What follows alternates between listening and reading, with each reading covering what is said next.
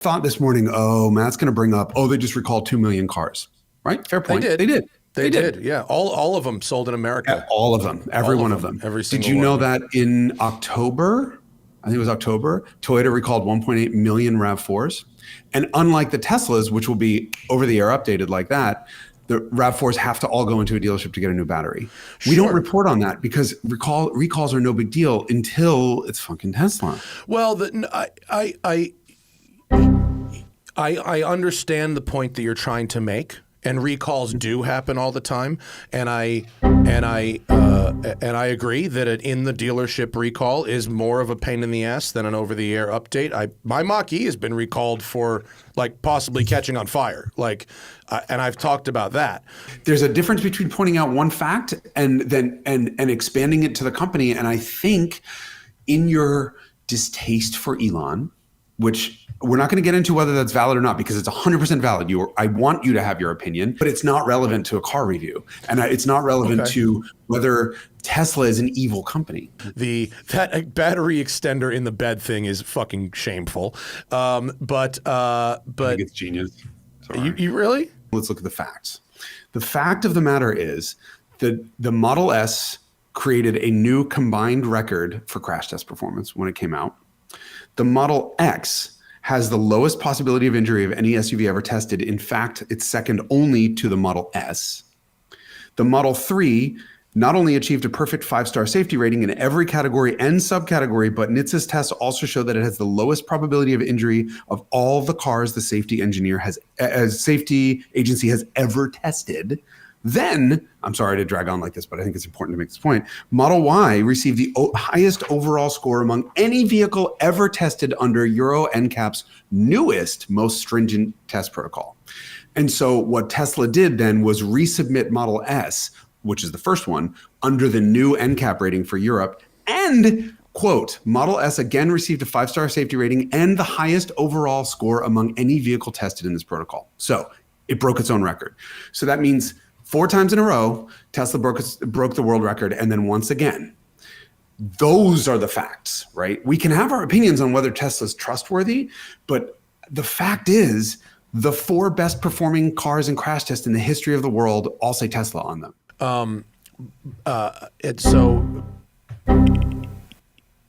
I don't think that they are, how do I say this in a way that and this is my opinion. But I think that Elon has, I mean, the company has pretty much said that, that it's okay if the cars crash as long as they crash less frequently than the average driver.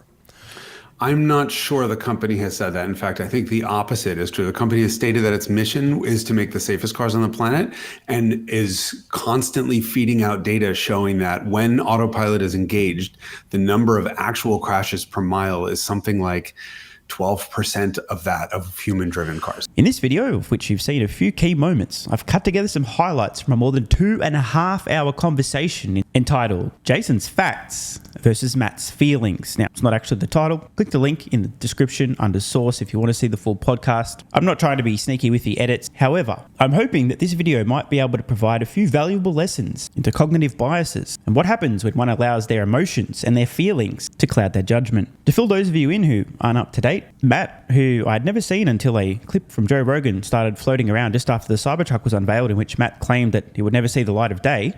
The same Matt who, roughly 2 days after the first Cybertruck deliveries occurred, announced on X that he would no longer be posting on the platform. Awkward. Is having a discussion with Jason Camisa of Haggerty, who provided an incredibly glowing review of Tesla's Cybertruck. In response, Matt, on a podcast, came at Jason pretty hard, including calling him out for supposedly getting a lot of facts wrong. More on that later. And in essence, really calling into question Jason's integrity as an automotive journalist. One quick note, the podcast starts out with a very long apology. Not so much I was wrong, but I'm sorry for taking a dump on you, Jason. So credit to Matt for at least getting that out of the way and being willing to have the conversation. However, I'm still unsure as to whether or not Matt, his feelings and emotions, have learned their lesson. No, but in all seriousness, the thing was, the reason that upset me is you didn't come for me as a person, which is fine. You came for the integrity of my journalism.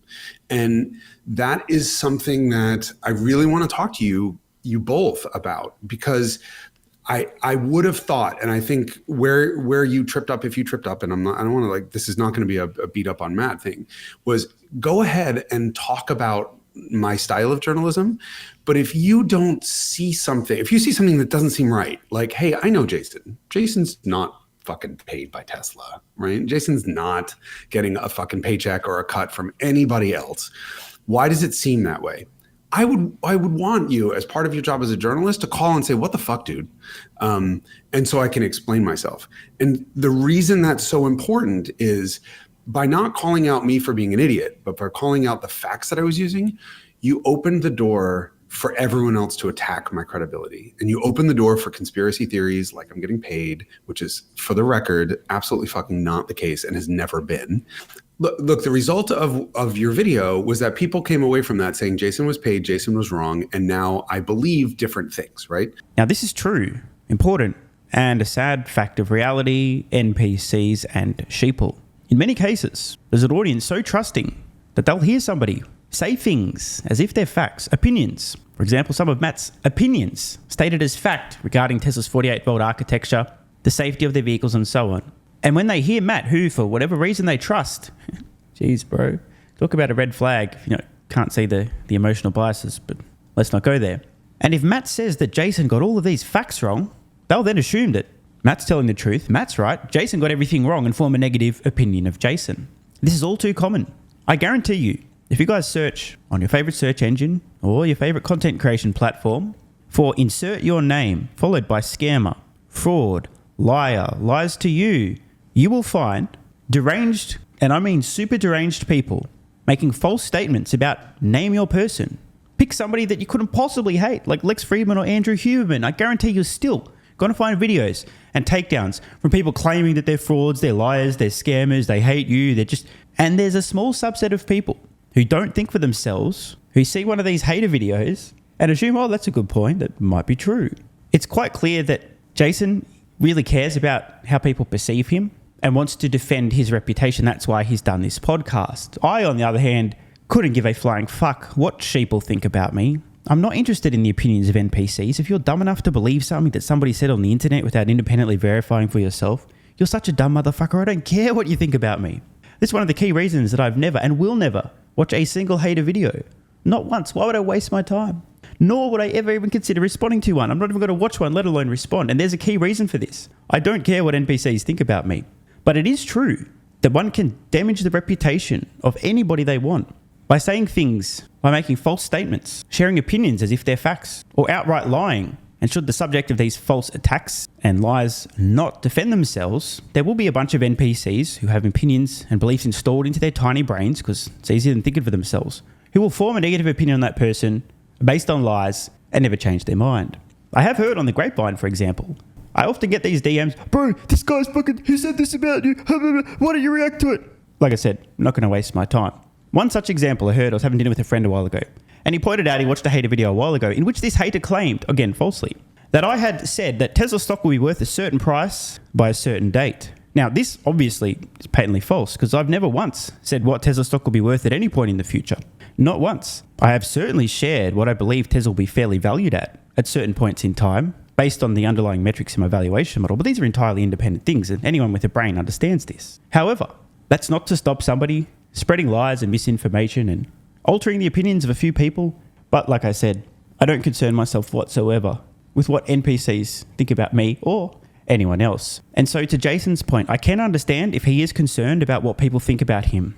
To have somebody else in the industry question his integrity, the accuracy of his statements. Worse still, somebody whose phone number he has, their professional colleagues, they can communicate with each other, to question without any communication ahead of time.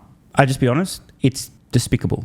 Matt should be ashamed of himself. And I don't think that this was a rational actor. I think Matt's so overcome by his emotions and his need to be right that Elon bad and Tesla bad just went off on a rampage on an absolute tear, taking down Jason, because it couldn't possibly be Jason's actually got his facts right and the Cybertruck's this good and the 48-volt architecture is this innovative and Tesla does make the safest vehicles. That's not possible because Elon bad, Tesla bad. Therefore, Jason must be wrong. Jason bad. Huge mistake. The point that I need to drive home on this particular case is you were, for lack of a better word, opining. You were spouting off opinions on a truck that you've never seen in person, you've never sat in, you've never driven, and you didn't have access to insider information. And the way you presented that was as fact. And so now your audience went away from this thinking, here's a fact. The fact is the 48-volt system doesn't really do anything. The fact is Tesla didn't get 5.4 stars on the crash test. Well, those aren't actually facts. If I want to be the person who's going to contextualize every product against whether the company has been honest or dishonest about its past products, I'm comfortable being that person.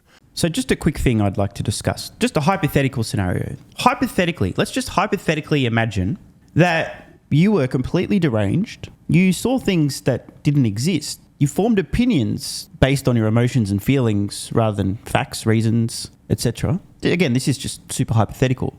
And let's just say that you had decided that Elon bad, Tesla bad, Elon fraud, Elon liar, Tesla fraud, Tesla liar, Tesla unsafe, Tesla dangerous, Tesla bad, Elon bad. Hypothetically, if you had pre-decided these things years ago, and you're also the kind of person that would hold a company to such a standard that if they'd ever been bad in the past, at least based on your perception, then you'd continue to assume that they're bad because you decided they were bad, therefore they're bad and that will never change. Is it possible that you may have clouded judgment? Again, it's a fun hypothetical exercise that has nothing to do with the video. I just thought, why not randomly insert this that has nothing to do with anything? Moving on. And the only thing I would say is if you're going to hold Tesla to those standards of whether the company has a conscience and is doing different things, please just remember to apply that to all companies equally. And to that point, Your Honor, there is one of the pages. I don't even know, Zach. Sorry about this, but I sort of called you out on that because I think that was really unfair to Tesla. Now, let me just state for a second. I'm not a Tesla fanboy. I don't own a Tesla. I don't own Tesla stock. I have no vested interest in either way.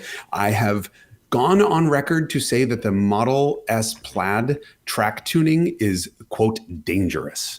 I am happy to dish out tea when it fucking needs to be dished, and I'm happy to give praise where it needs to be. But I try, and I'm saying I always get there, to be at least fair to everyone. And okay, here it is. Okay, time code 1 hour 35 seconds. Yeah.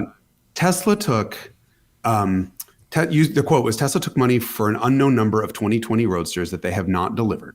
There is over 30 EPA violations at the Fremont factory. They are majorly involved in union busting. They ran a 2019 massive Bitcoin pump and dump scam. To me, that is the context by which we have to look at the Cybertruck.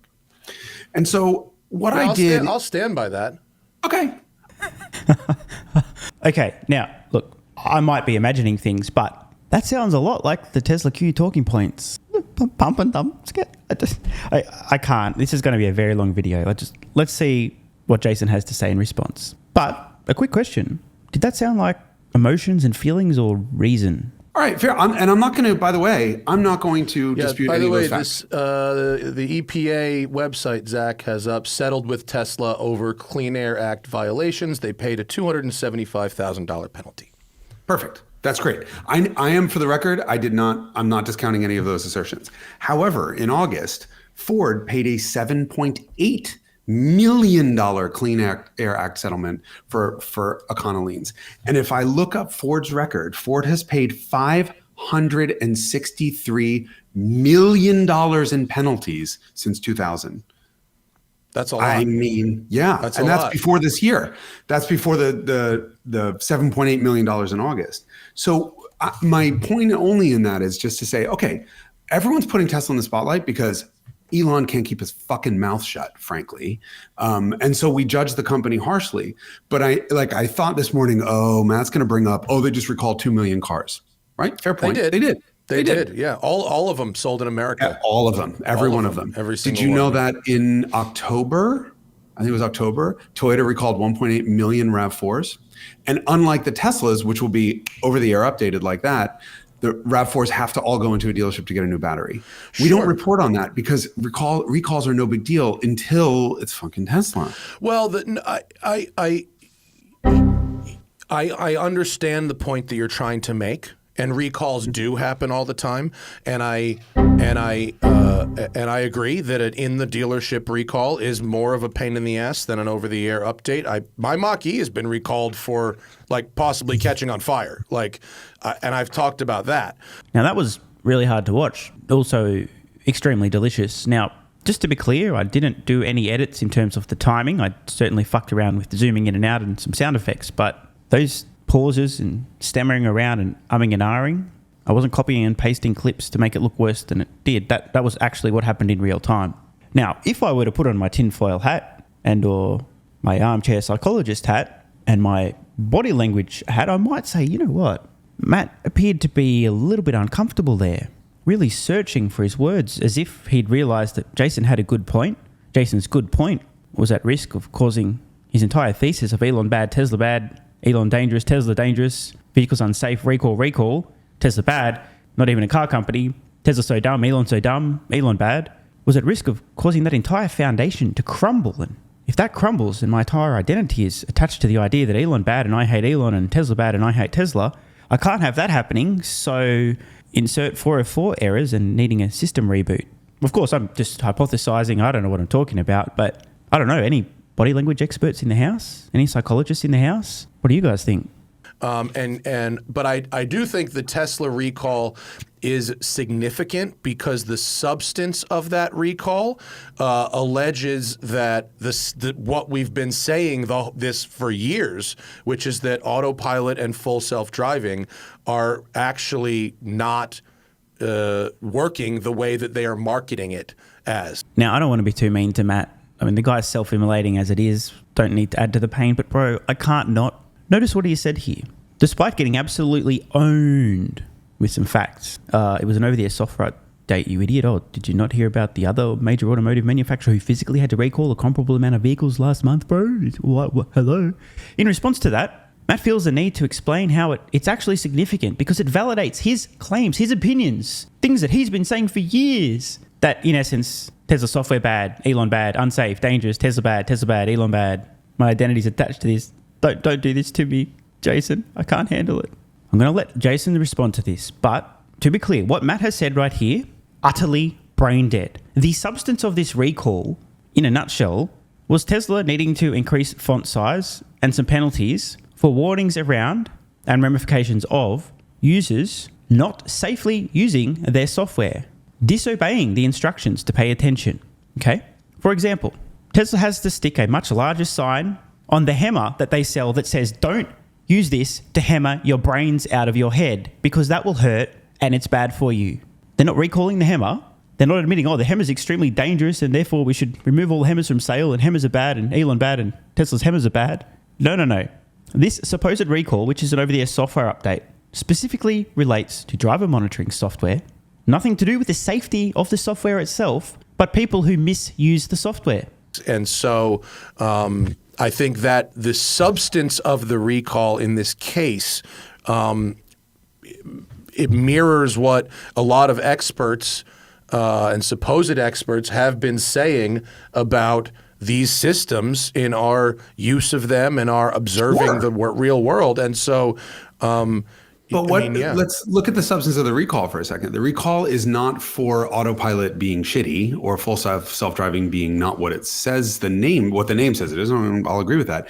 It's for being too lax at driver monitoring. Sure. So it's allowing which we have been saying for a long time, and people have been allowed to crawl out of the driver's seat and put weights on the thing and steering wheel. Absolutely, for sure. I agree with that, but I just don't think that rises to the level of anything greater than Toyota. 1.8 million Toyotas being recalled for blowing up when the battery comes loose because they installed the wrong size battery. Sure. And you say Tesla's not marketing it properly. I would say Toyota markets themselves as everyday people and reliable and all this other shit, and they catch fire and blow up. And let's not talk about Toyota's safety record with the floor mats situation, which, wasn't Toyota's fault, but they took culpability for it. I just want us all as an industry to remember that we have to treat all of the car companies equally. It doesn't fully self-drive. It can under certain circumstances, but you cannot trust it. And legally, you are required to take the wheel if anything happens, because if you kill someone, you're legally culpable. Full stop. That's where I think our jurisdiction ends. And then the next really important point is, I don't think that needs to expand to a judgment of the company as a whole, right? Oh, I'm okay judging a company that is okay using intentionally misleading marketing, I think is a problem. I love this. So Zach, please go to. I don't have the PDF pulled up on the screen. Oh shit. Okay. So at 1:10:41, and Matt, again, I just want to bring these points up for debate on the facts behind everything, right? So you said, quote, "I don't trust steer-by-wire, period. And I certainly don't trust Tesla to do it. I maybe trust Toyota to do it, but I definitely don't trust Tesla. They don't have a history. They have a history of putting out some pretty janky shit. And they have a history of ignoring redundancies." Okay. Found it funny. That's an opinion, right? All of those things are opinions, right? You don't trust is an opinion by definition, right? Sure. So let's separate the trust, which you're entitled to trust them or not. And I have my own beliefs, but I'm not going to go into them here. I'm going to say, now let's stop looking at the trust, which is an opinion, and let's look at the facts.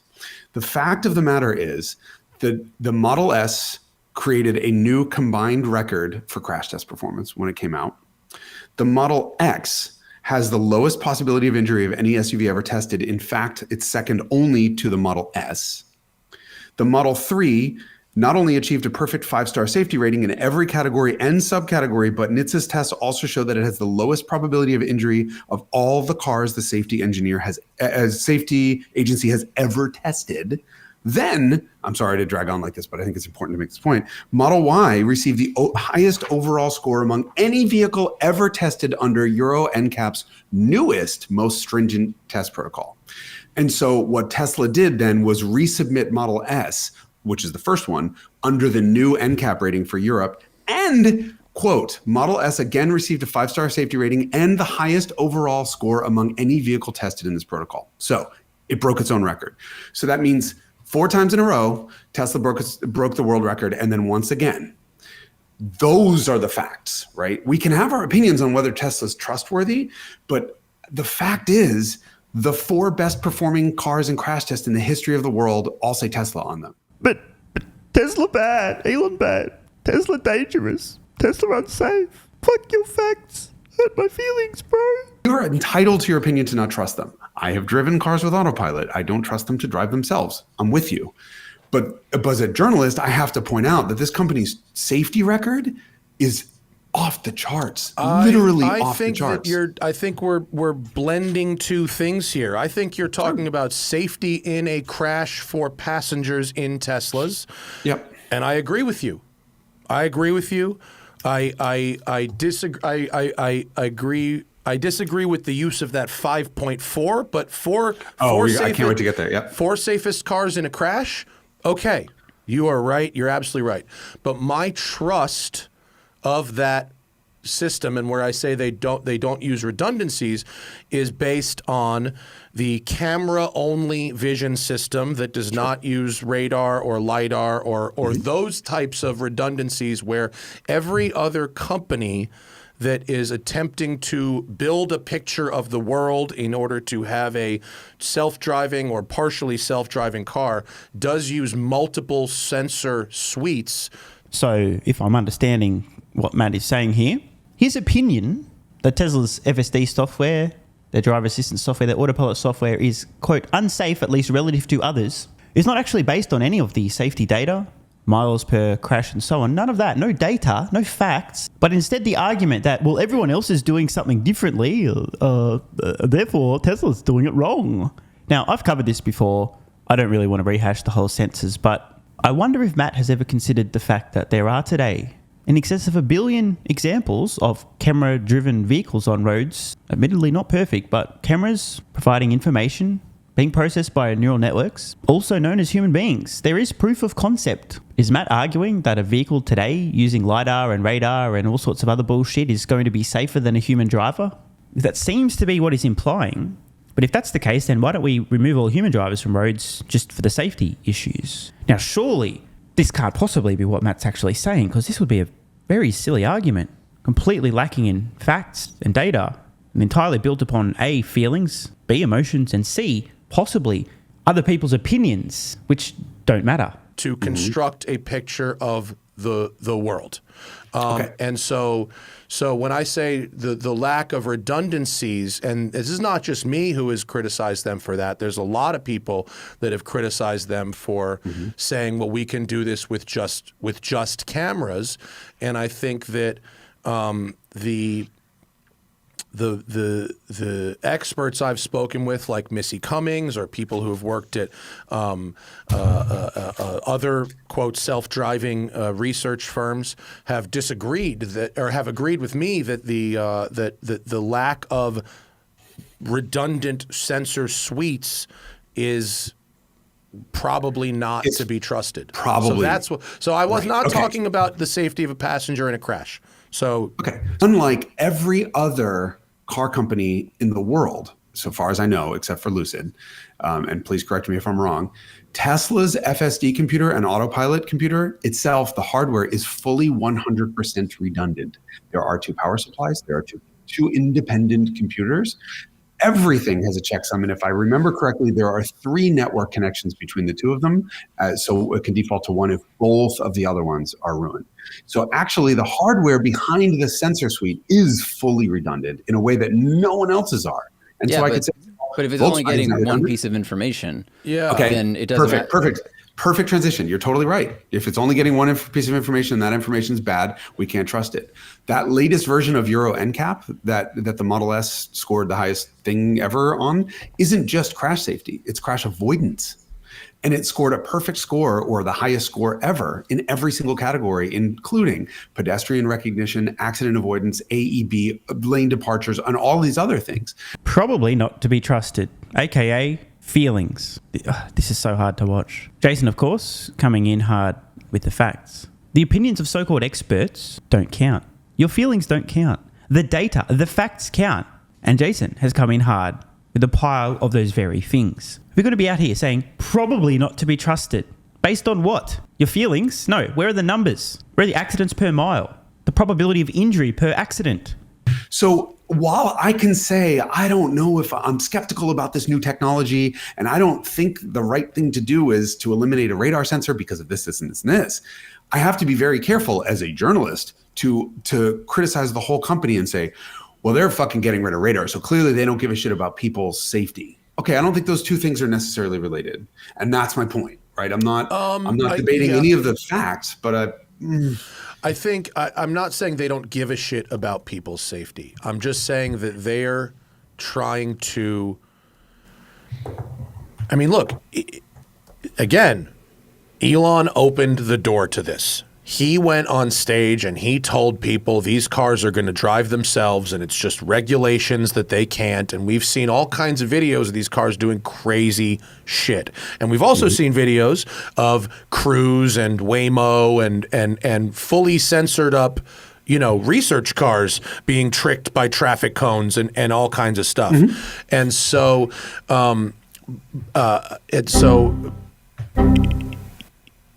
I don't think that they are. How do I say this in a way that and this is my opinion, but I think that Elon has.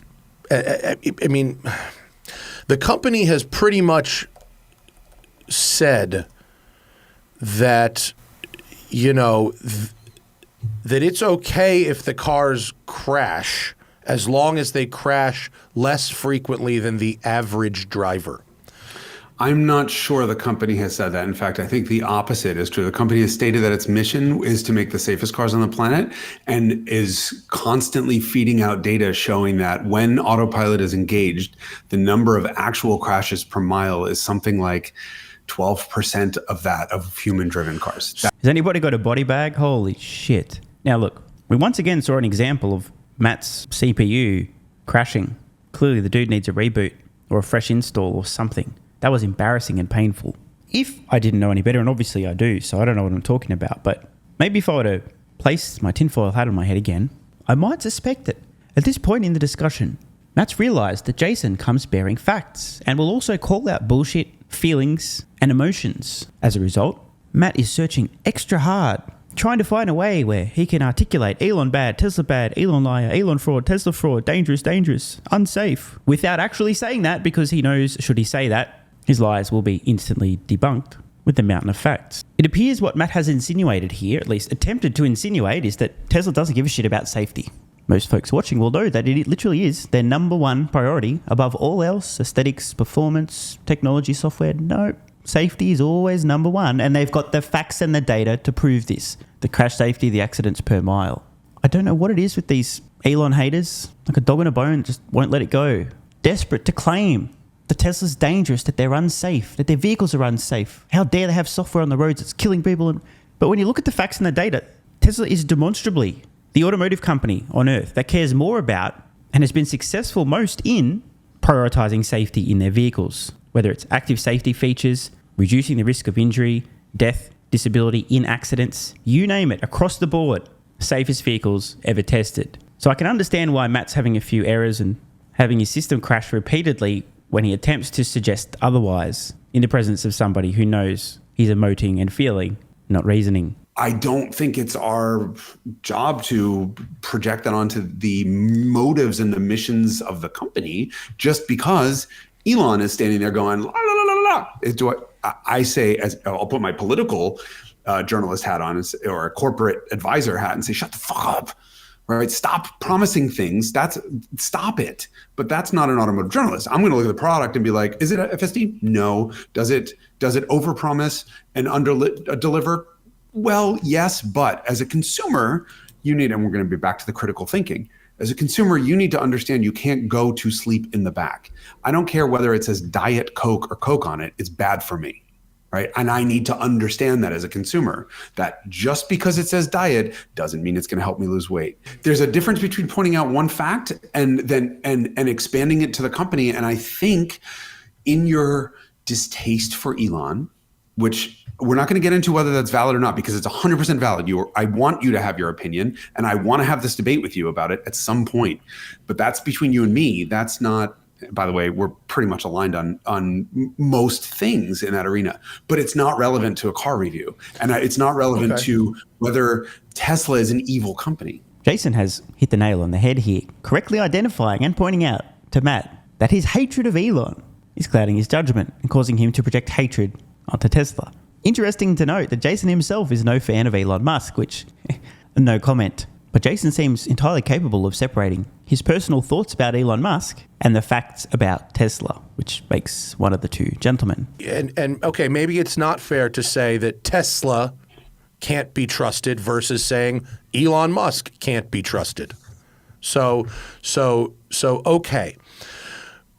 But the world has conflated the two so much, you know. And I think it's our job to point out that they're not the same thing. Dude, you shat on all the engineers, right? So I'm sorry to be a dick to keep coming back to this, but I really want to come back to this for a second, because what you were refuting there were facts and things that the engineers did do, and they did really well. But again, this is I trust it, and that's my opinion based on the facts that I saw, and that's that connection between fact and opinion again that I keep coming back to and fucking sound like I'm being a dick to you, and I'm sorry, but like that's how I see it. Like I saw the facts, I saw the redundancy, I understood that, and then I thought, okay, now let me see if I trust it, and then I experienced it in the real world, which again you haven't I have to point out because I'm an asshole, and then I do trust it. Or 900 or 800, or 1,000. Okay. So noted, corrected.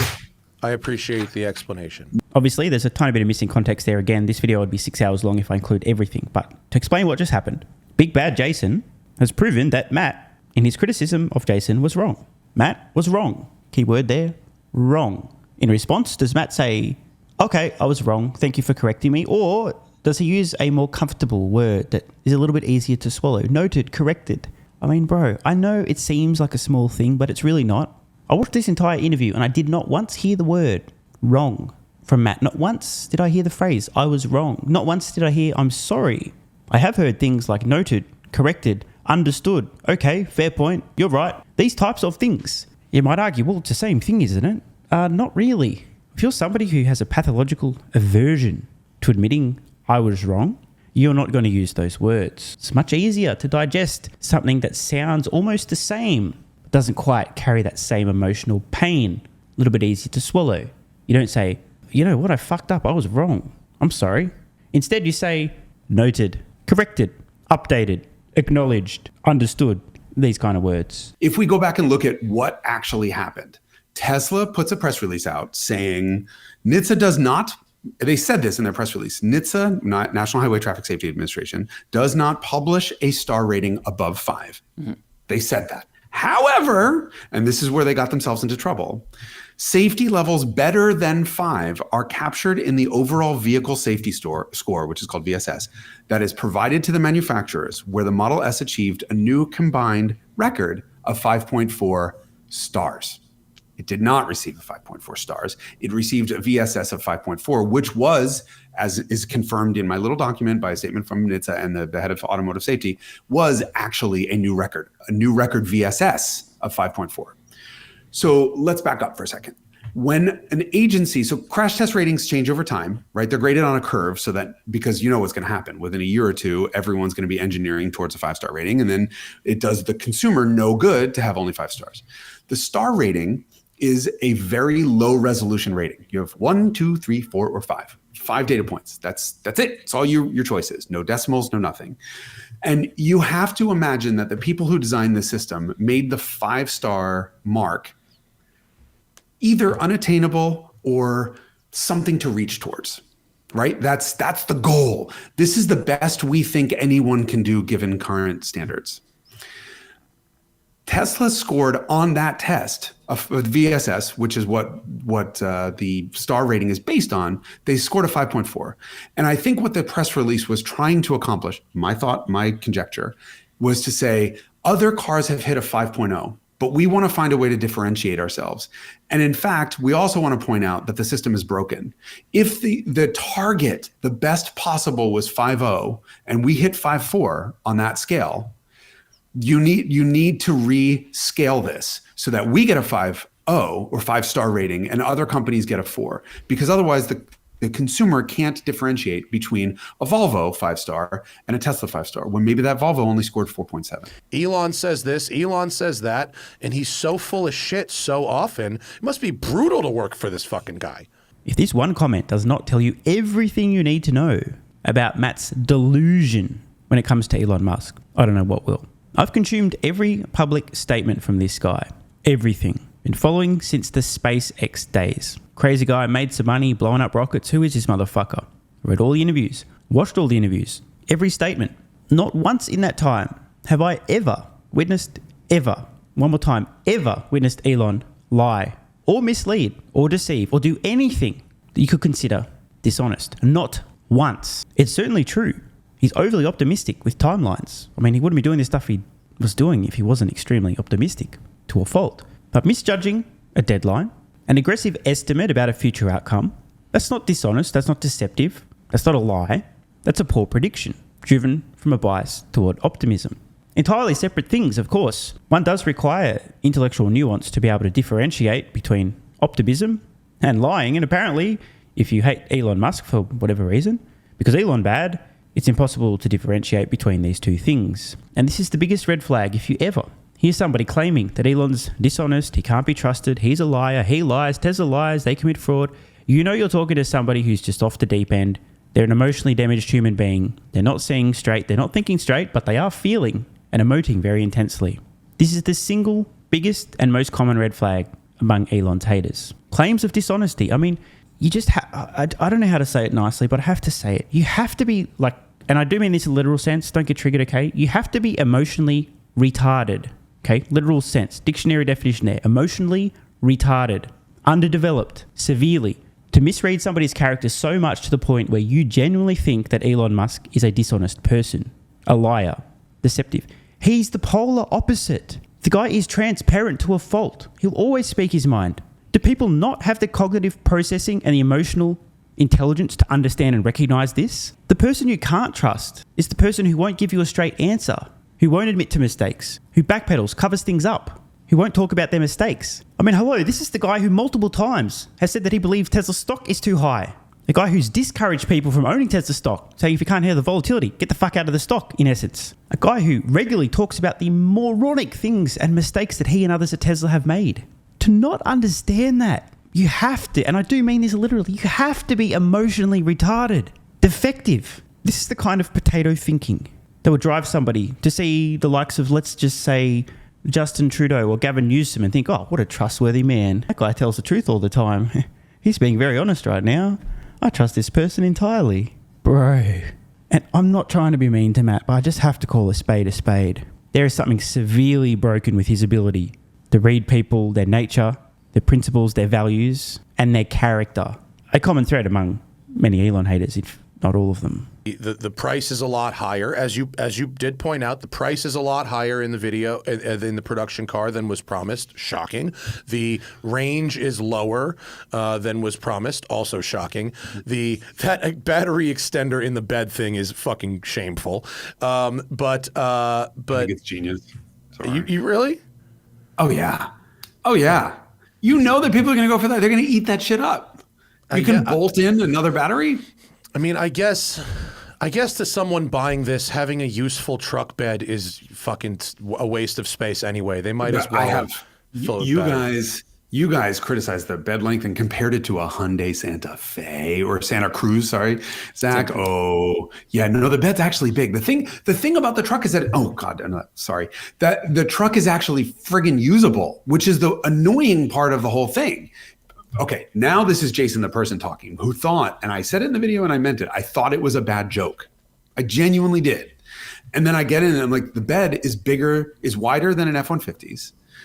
It's 6 feet long, but you don't have to worry about that, which is halfway between the small and medium beds on F-150, which are 6, 5.5 and 6.5. But you can fit a sheet of plywood down flat on it. I'm like, this is like, and it holds 2,500 pounds. What other truck does that? Like, this is insane. It actually has that substance behind the and substance of engineering behind it. Like, it does the pickup truck thing. I thought people were going to buy it because it's a styling statement, but lo and behold, it actually does that. But we never thought it was going to beat the Rivian. Never. Like, it was just one holy shit moment after the next in terms of the engineering. Holy shit, the steering works. Holy shit, this works. Holy shit, the wiper works. Holy shit, what the fuck? Like, and then it just becomes this like smack my head moment of like, why would I ever second guess Tesla's engineers? It's so easy to second guess Elon, but these motherfuckers pull through every time. Well, I think I mean, have you seen videos of full self-driving on the street? I think that's totally okay to criticize their fucking engineers. That's a janky-ass system. Does weird shit all the time. Didn't they have a lower control arm failure issue? I just have to say it. I'm sorry, but I just have to. Matt is a broken man. What Tesla has developed with FSD, which, as we know, requires constant human supervision and the readiness to intervene at any moment, is breathtaking. It's incredible. Now, it's obviously not perfect. That's why it's called FSD Beta. That's why drivers need to monitor, why they're told they need to monitor. Why terms of using the software is that they need to monitor and be ready to take over. To trash Tesla's engineers based on one of the most incredible pieces of technology that has ever been created, what else do you need to know about where Matt's head is? There is nothing else that needs to be said. This belongs in the exact same camp as the people who claim that the most recent Starship launch was a epic failure. The real question I have, if we dig deep enough, does Matt actually think that FSD isn't an incredible accomplishment, or does he just not want to admit it? Listen, do we want to live in a world where somebody has to design an electrical outlet so you can't stick a fork in it? Right? This is the problem.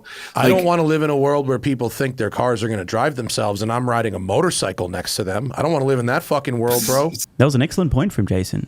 The idea, do we really want to make sure that literally not a single moron on Earth can do anything with existing technology or products that could be considered dangerous? Do we need to make the world brain-dead moron-proof? I mean, as we know, and as I mentioned, before activating FSD, users are told they need to monitor and be ready to take over at any time. And if they're not doing that, the software will deactivate.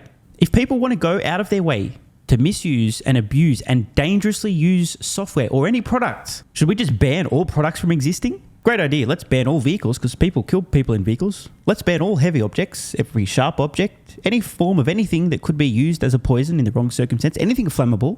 In fact, let's ban water because if you drink too much water and don't get enough electrolytes in there, you can die. Matt, throughout this discussion, has not displayed even a single instance of reasoning. Not one.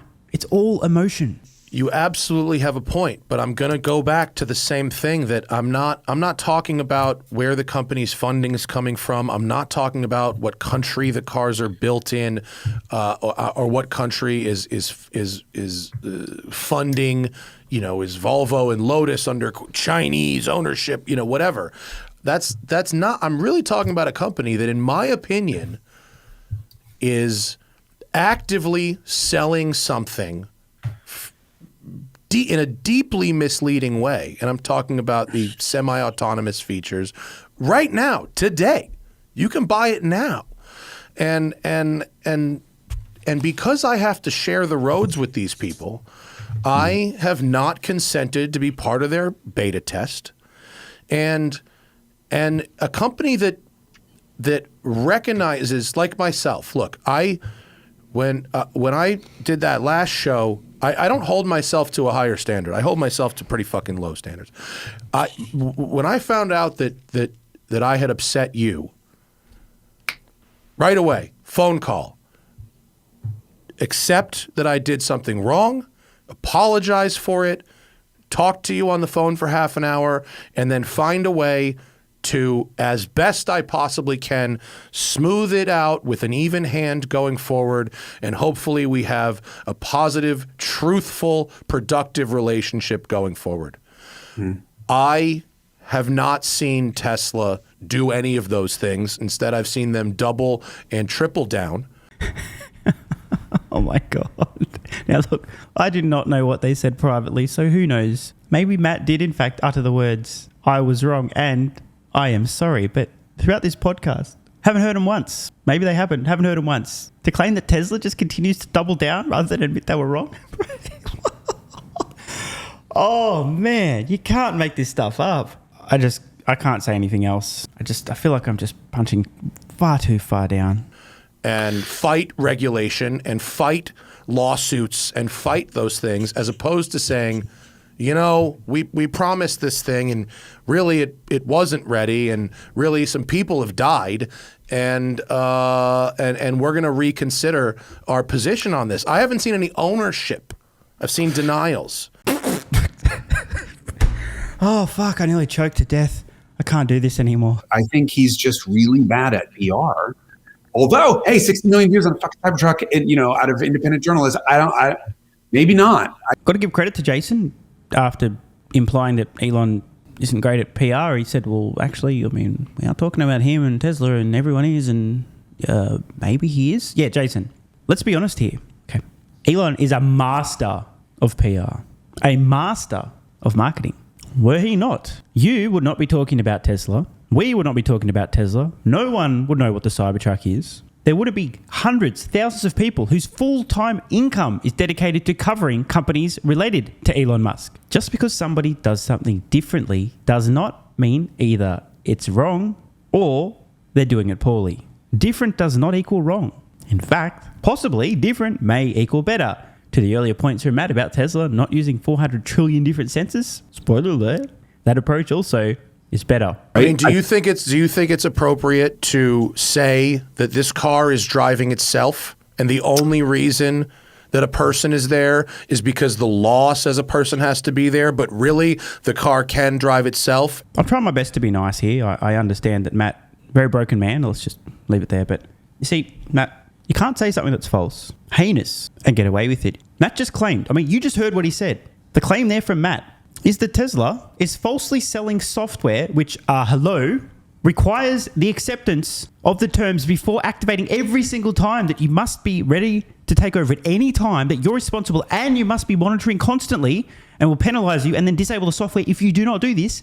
You can't make the claim that Tesla is selling this software to consumers, telling them that it'll fully drive the car and the only reason a driver's there is just because they have to have it. Bro, That's just false. It's so outrageous that this guy said this out loud. I mean, talk about doubling down earlier and not committing.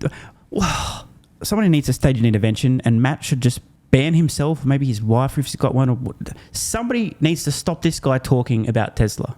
All he does is embarrass himself, self-immolate, and just dig a deeper and deeper hole. Please, Matt, what is your argument to justify the claim that Tesla is telling customers that this software is fully capable of autonomous driving without any supervision or intervention, and that the sole reason that a driver is in the seat is simply because they have to have somebody there, not because they recognize its current capabilities and therefore mandatorily require active supervision and the ability and readiness to take over and intervene at any time, explicitly explaining to customers the software will make mistakes and that therefore they need to pay attention and be ready to overtake. I'm just kidding. There's no argument here because Tesla's never done that. They've done the polar opposite of this. And of course, I know what the response will be. But the title of the software, the name of the software, bro, irrelevant. They could call it Roadhead Beta. It doesn't matter what the name is. If in order to activate the software, you need to agree every single time they go to monitor and be ready to take over. If it is explained clearly to drivers of the product, users of the product, their responsibilities and its capabilities, which are both true things, you can't make the 3IQ argument. The name of the software would... No, not how it works. I think Tesla should just rename this to Roadhead. At least these arguments will then stop. They can call it Roadhead for now, and then when it becomes fully autonomous, they can then rename it to whatever the hell they want. Let's petition Tesla right now, okay? You need to rename FSD to Roadhead. I'm trolling, by the way, because, of course, you'd have somebody go, but it said Roadhead. I thought I could... I'm in pain recording this video, guys. You have no idea how much this hurts. I think when we talked on the phone, and maybe just a few minutes ago, you referred to that difference as political, which I disagree with that characterization. I don't think it's political. I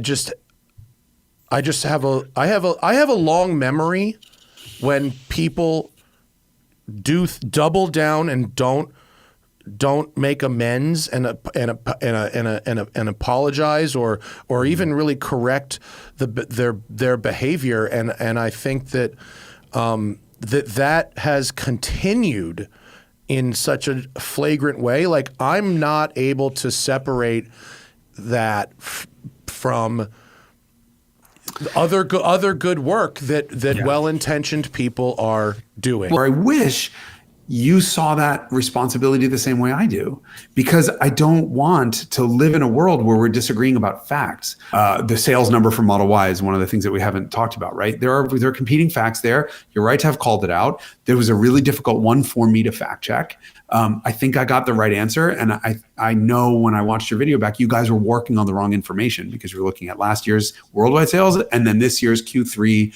US only sales.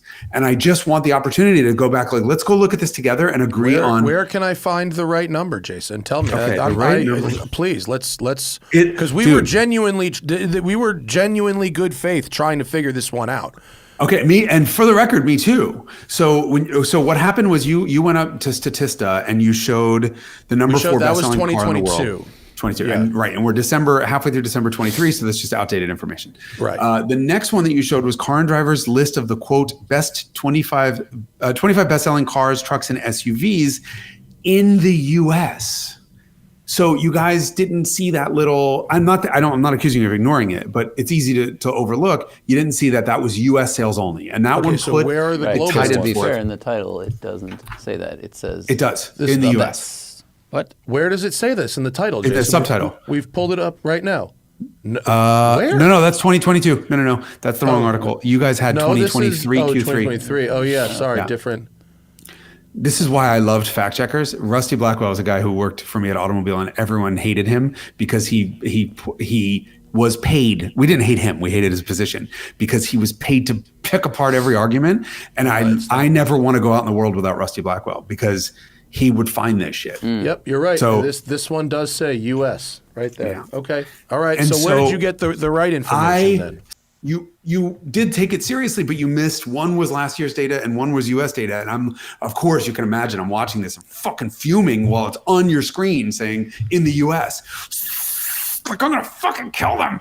Like, stop shitting on my fucking data. Call me and ask me where I got it from. But I'm not actually still mad. You know, okay. Okay. No, okay, cool. Like, you know what? Like, you know, you're all right. You're right. That's cool. But it made me, I was just having a side thought as you were saying that, and I was listening to you, but I was having a side thought.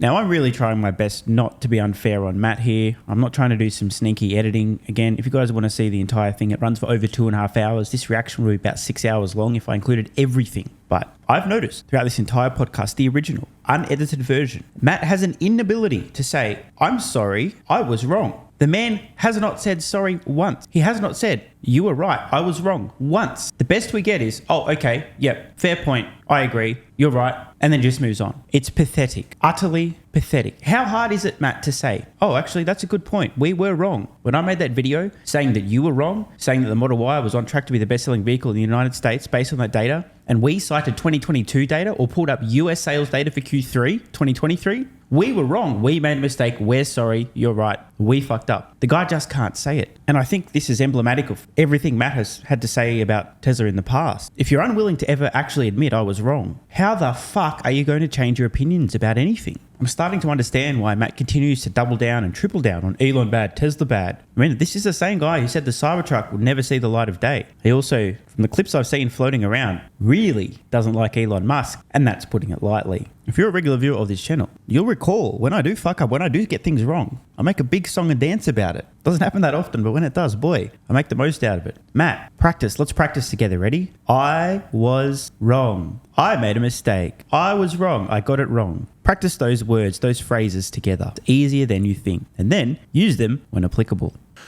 Which is that I really feel like, because when you're talking about, 3 hours to find a fact and how difficult it is to find facts, how much energy you have to expel to find facts, and how much has to go into that. My thought is it's very hard when you're making these YouTube videos and podcasts and individual articles for magazines. There's not a lot of money, in it on an individual level. That's why I feel like I have to do everything and run a brick and mortar business. Mm-hmm. And there's you have to crank out so much content. And I'm not, and again, I really respect, you and the amount of thought that you've put into all of this.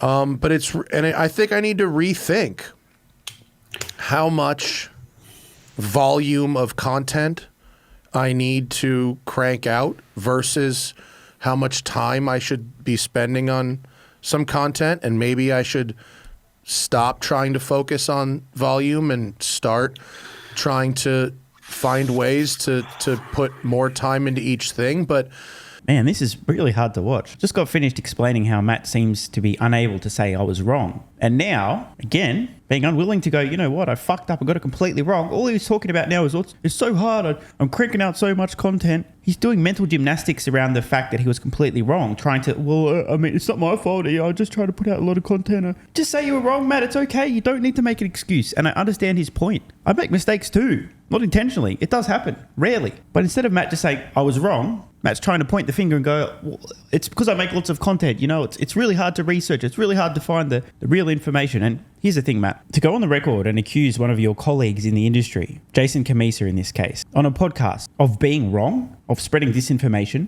to call somebody else out for being wrong, you'd better damn well fucking be sure you've got your facts right. There's levels. If you make a mistake, okay, you made a mistake. That is entirely independent and orders of magnitude less embarrassing and less dumb, let's just be honest, than going after somebody and calling them out, questioning their integrity, saying they are wrong when you are in fact wrong. And again, Why can't he just say, I'm sorry, Jason? You were right on this. I didn't do my homework. I was in such a rush to prove the Tesla sucks and I screwed up. I got it wrong. I attacked you. I shouldn't have done that. I made a mistake. I'm sorry. By the way, I just want to bring this up again. Do you guys remember back in the day where I said there's no fucking chance Tesla's going to buy any Bitcoin?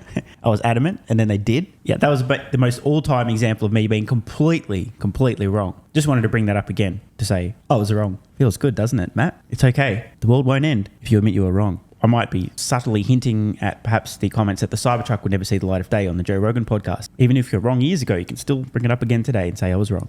And I'm not trying to defer blame from myself. I accept any and all blame from not just you, and I'm sure we're going to part this podcast friends, but the audience who wants to be mad at me, or some Tesla engineers who want to be mad at me, I'll own it.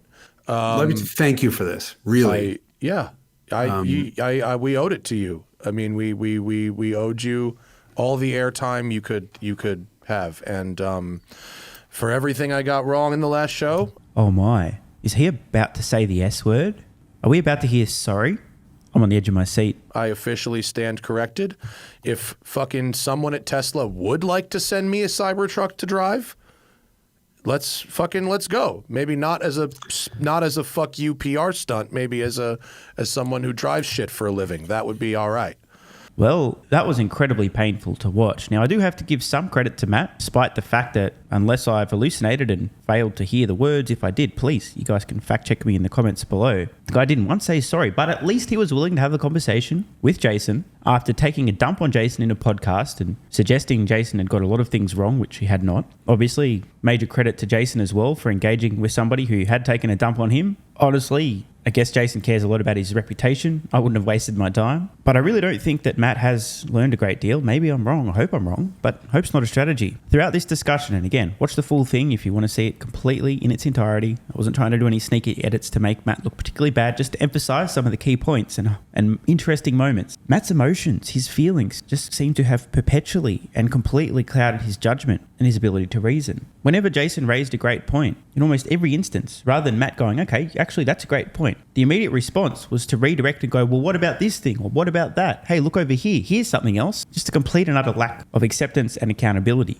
Obviously, Matt has an extremely intense anti-Elon, anti-Tesla bias for whatever reasons. But unfortunately for Matt, this is severely clouding his judgment and causing him to make extremely embarrassing public reasoning errors, poor predictions, and absurd statements. This is some next level butthurt. Hopefully Matt can eventually learn and grow from this, but I won't be counting on it. P.S. One more time with me, Matt. Ready? I was wrong. Not that hard, is it? I really am rooting for Matt. Sometimes you just got to call a spade a spade. I'm not one to blow sunshine up somebody's ass, okay? The guy's completely deluded, overcome by his emotions. It's utterly embarrassing. The whole world is pointing and laughing at you, Matt. Sorry, not sorry. These are the facts. The only one who doesn't seem to see your delusion is you and probably a few members in the TSLAQ bubble. I highly recommend just stop talking about Elon Musk and Tesla until you reassess. Just stop digging the hole, but I'm not sure that's going to happen, but I'm rooting for you, Matt. You can learn from this. You can grow. You can change. Or you can keep doubling down. Your call. Want more content? Early access? A bunch of perks? Click the links in the pinned comment. AG1 has given me a massive, meaningful boost in energy, allowing me to do a lot more every day, including using my brain more and using my body more. I highly recommend you guys and girls check it out. It's an excellent way to fill in nutritional gaps. It's got 75 high-quality vitamins, minerals, and whole food source nutrients, plus prebiotics and probiotics and digestive enzymes and adaptogens to help you deal with stress. Plus, if you click the link in the pinned comment or head to drinkag1.com/SMR, you can get yourself a 1-year free supply of vitamin D3 and K2. But don't take my word for it. Here's what some of you guys and girls have to say. AG1 has changed my life. I was, as you described, treating myself like a circus, ate like trash, rarely exercised, used alcohol as a stress crutch, cannabis also. AG1 is what gave me the kick in the ass, got me back to the gym, motivated me to do more for myself, family, my business, etc. Keep doing what you do. Now, I know there's some skeptics, the same kind of people who think Elon Musk is a fraud, reading this going, what do you thought? There's no way that's possible, bro. It must be a placebo effect. Believe it or not, this is a recurring theme. If you give your body everything it needs to feel and perform its best, including having a lot more energy, you'll need ways to use that energy. For me personally, that includes more exercise, moving my body more social activity, and more cognitively demanding tasks, including producing a ton of exclusive content over on Twitter and on Patreon, plus my daily YouTube uploads. The proof's in the pudding. On to another testimonial from a viewer of this channel. SMR, you asked me to provide feedback on AG1. Here it is. It has helped with mental acuity, stamina, and intestinal waste management. Can't read between the lines. It certainly helps with regularity and digestion. That's what the digestive enzymes are for. It has also dramatically reduced my cravings for sugar. You guys need to stop eating sugar. It's fucking poison. I'm 50, 5'9", and overweight, aka a fat motherfucker. I think that's a technical term for overweight, isn't it? Is it fat motherfucker or obese? I can't remember. I average 100 hours a week in the West Texas oil fields as a safety supervisor. Jesus Christ, dude. No wonder you're struggling to keep your weight under control. 100 hours a week. Brutal. It has helped me lose weight.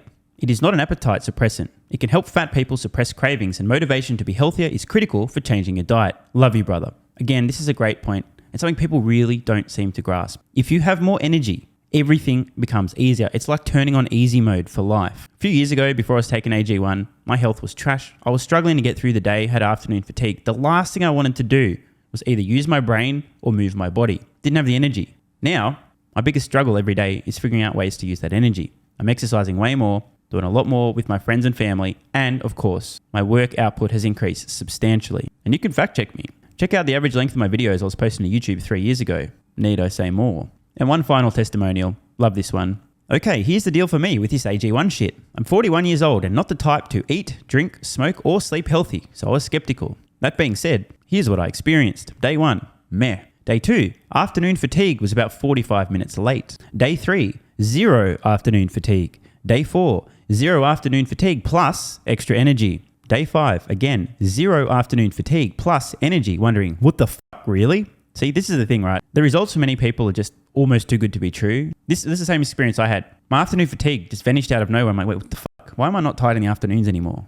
Surely, it's not that AG1 shit, is it? Turns out it was. Day 6 and 7, same thing. Day 8, same thing. Plus, I had the want to get things done around the house that I normally would slack off and not get done. Again, the point, extra energy, you'll need to use it, you'll find ways to use it. Day 9, 10, and 11, and today is day 12.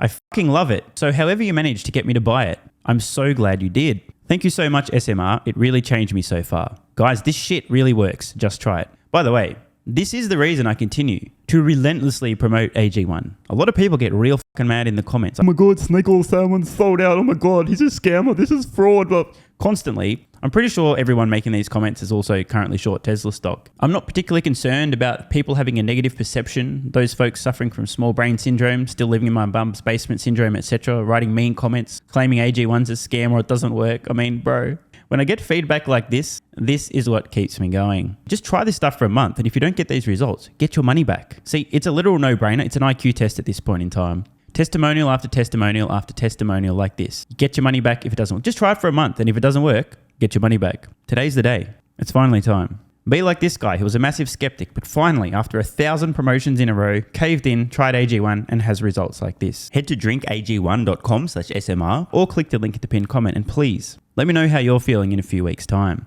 Now, if you'll excuse me, time to put my extra energy to good use. I'll be recording some more exclusive content for Patreon and my Twitter subscribers. So click the links in the pinned comment. See you over on Twitter and or Patreon, and don't forget to grab your AG1. Love ya.